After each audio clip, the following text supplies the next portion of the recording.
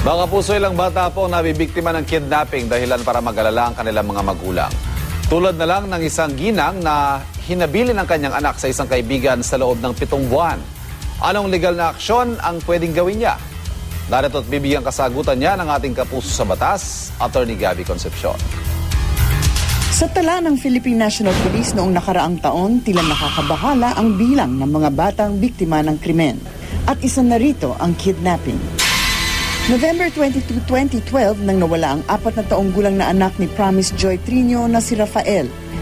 Dahil hiwalay siya sa asawa at walang mag-aalaga sa anak habang siya ay naghahanap buhay sa maghapon, napilitan siyang ihabili ng anak sa kanyang kaibigan sa loob ng 7 buwan. Kaya nang nawala si Rafael, ipinablatter ni Promise ang kanyang kaibigan.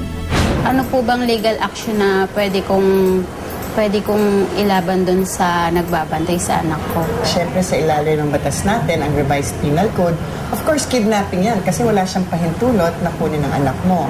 At yung kidnapping ng isang menor de edad, nako hanggang ano po yan, panghabang buhay na kulong. Okay?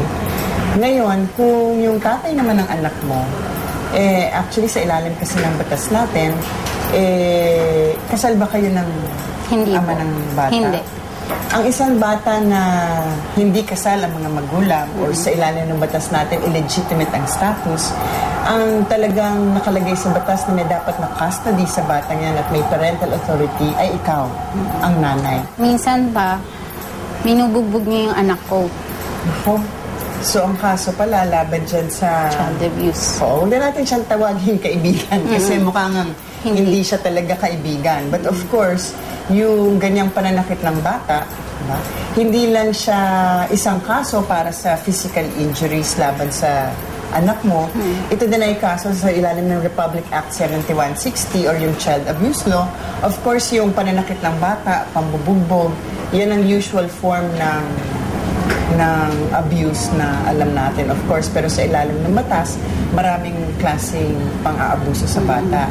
Kuminsan ng child abuse ay neglect din. Yung pag hindi natin naalagaan ng bata natin, na-expose sila sa mga kung ano-anong peligro. Of course, dahil dyan sa neglect na yan or hindi pagbibigay ng tamang atensyon, pati ang mga magulang nagiging liable para sa child abuse sa ilalim ng batas natin.